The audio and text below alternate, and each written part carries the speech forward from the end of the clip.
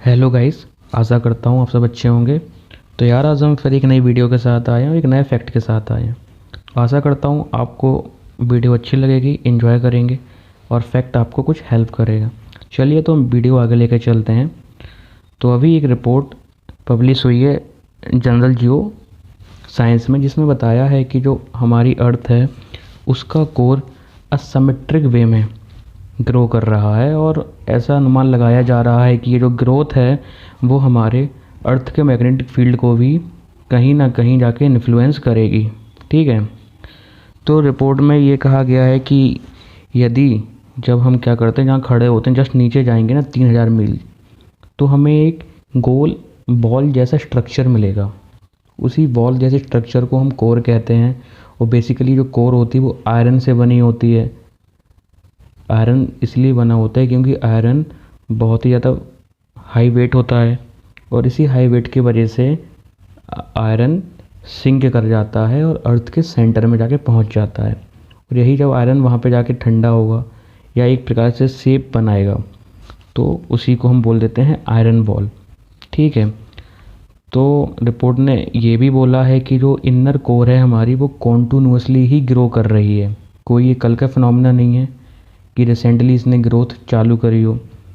ये जिस time form हो रही थी, जिस टाइम हमारी अर्थ बनी और अर्थ का कोर बना, उसी टाइम से अर्थ के कोर में ग्रोथ देखी जा रही थी। और ये ग्रोथ बेसिकली कुछ ही मिलीमीटर्स हुआ करती थी पर एनुअली। ठीक है। और इसमें क्या होता था, जो आयरन के मिनरल्स थे, इसमें जो आयरन मिनरल्स था, जो मोल्टन आयरन था, जो ये आउटर कोर में जाके ठंडा हो रहा था और वहीं पे जाके सॉलिडिफाई होकर क्रिस्टल के फॉर्म में आ जा रहा था। हाँ ठीक है। और सोचने की बात ये भी है कि जो हमारी कोर है इसका टेम्परेचर बहुत ज़्यादा हाई है, फिर भी जो हमारे आयरन के क्रिस्टल थे वो मेल्ट क्यों नहीं हुए? तो उसका रीज़न है प्रेशर। बिकॉज़ जैसे ही हम अर्थ में नीचे की ओर जाते जाएंगे, उसके सेंटर की ओर जाते जाएंगे, तो हम देखेंगे कि प्रेशर की वैल्यू बढ़ती जाती है। और हाई प्रेशर जो होता है वो इंटरमॉलिक्यूलर बॉन्ड को मजबूत कर देता है, जिससे कि जो बॉन्ड होते हैं वो इजीली ब्रेक नहीं होते हैं, इवन दो हाई टेम्परेचर पे भी वो सस्टेन कर ले जाते हैं।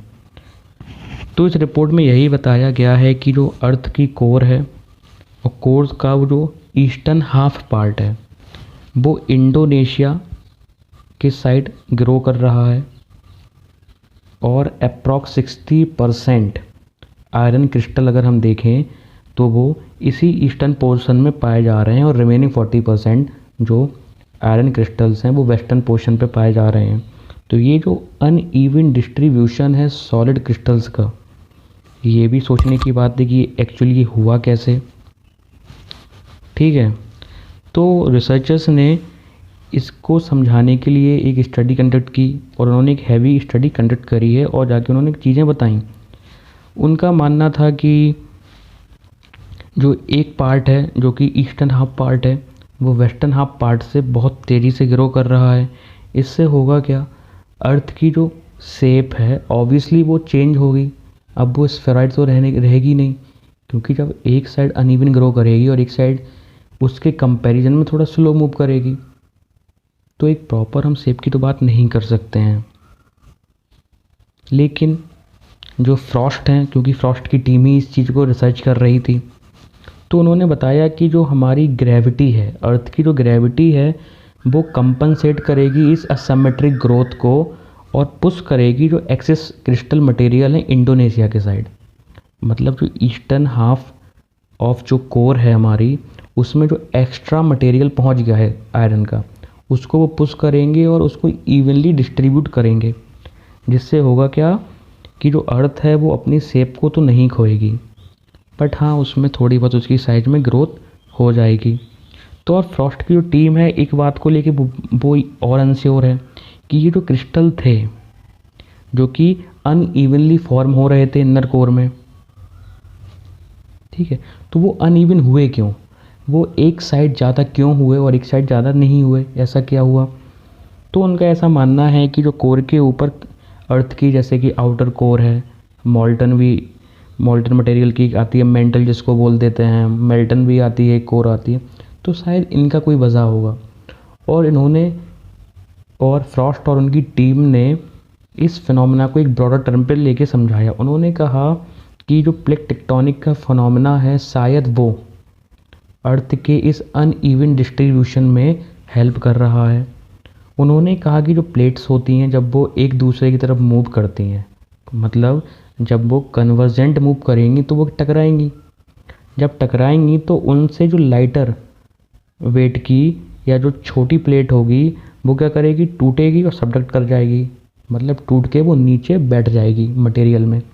इससे होगा क्या, वहाँ का टेम्परेचर थोड़ा सा कम होगा और अल्टीमेट हुआ क्या, जो आउटर कोर था उसका टेम्परेचर भी डाउन हुआ।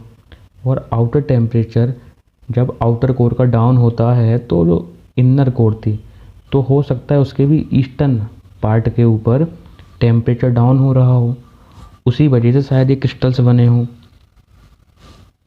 ऐसा फ्रॉस्ट और उनकी टीम का मानना है।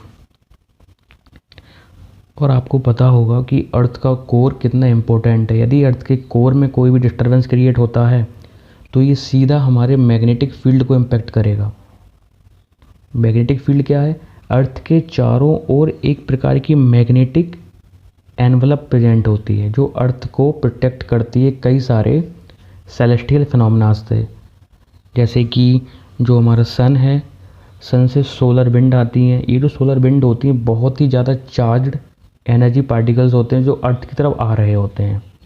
यदि ये अर्थ पे गिर भी गए ना गलती से तो अर्थ का तो तहस नहस हो जाना है कम्प्लीटली, कुछ नहीं बचेगा, बंजर हो जाएगी पृथ्वी। तो ये जो मैग्नेटिक फील्ड है हमारा, ये जो ब्लू कलर का आप देख रहे हो ना अर्थ के चारों ओर, ये हमें सोलर विंड से भी बचाता है। और साथ ही साथ जो एस्ट्रॉयड हैं और कॉमेट हैं जो अर्थ के और या सन के चारों ओर घूमते रहते हैं, तो कभी कभी क्या होता है वो अपनी पाथ भटक जाते हैं। और जब वो अपने पाथ को भूल जाते हैं तो टेढ़े मेढ़े भागेंगे वो, तो हो सकता है कि कुछ एस्ट्रॉयड हमारी पृथ्वी के साइड भी आ जाएं, डायरेक्शन में आ जाएं। यदि ये मैग्नेटिक फील्ड नहीं होगा तो इतना बड़ा सेलेस्टियल ऑब्जेक्ट जब अर्थ पे गिरेगा तो बहुत ज़्यादा डैमेज क्रिएट कर देगा। तो अर्थ का जो मैग्नेटिक फील्ड है वो हमें ऐसे अनचाहे अटैकों से भी बचा देता है। तो इसलिए ये जो स्टडी थी कि हमारी कोर है जो अनइवन ग्रोथ कर रही है और इम्पोर्टेंट हो जाती, क्योंकि यदि कोर ही अनइवन ग्रो करेगी तो हो सकता है आने वाले समय में ये अर्थ के मैग्नेटिक फील्ड को भी डिस्टर्ब कर दे। और जब अर्थ का मैग्नेटिक फील्ड डिस्टर्ब हो गया तो अभी आपको मैंने इम्प्लीकेशन बताए क्या क्या हो सकता है। तो आशा करता हूँ आपको वीडियो अच्छी लगी होगी और आपकी नॉलेज में भी इसने थोड़ी इन्हेंसमेंट किया होगा।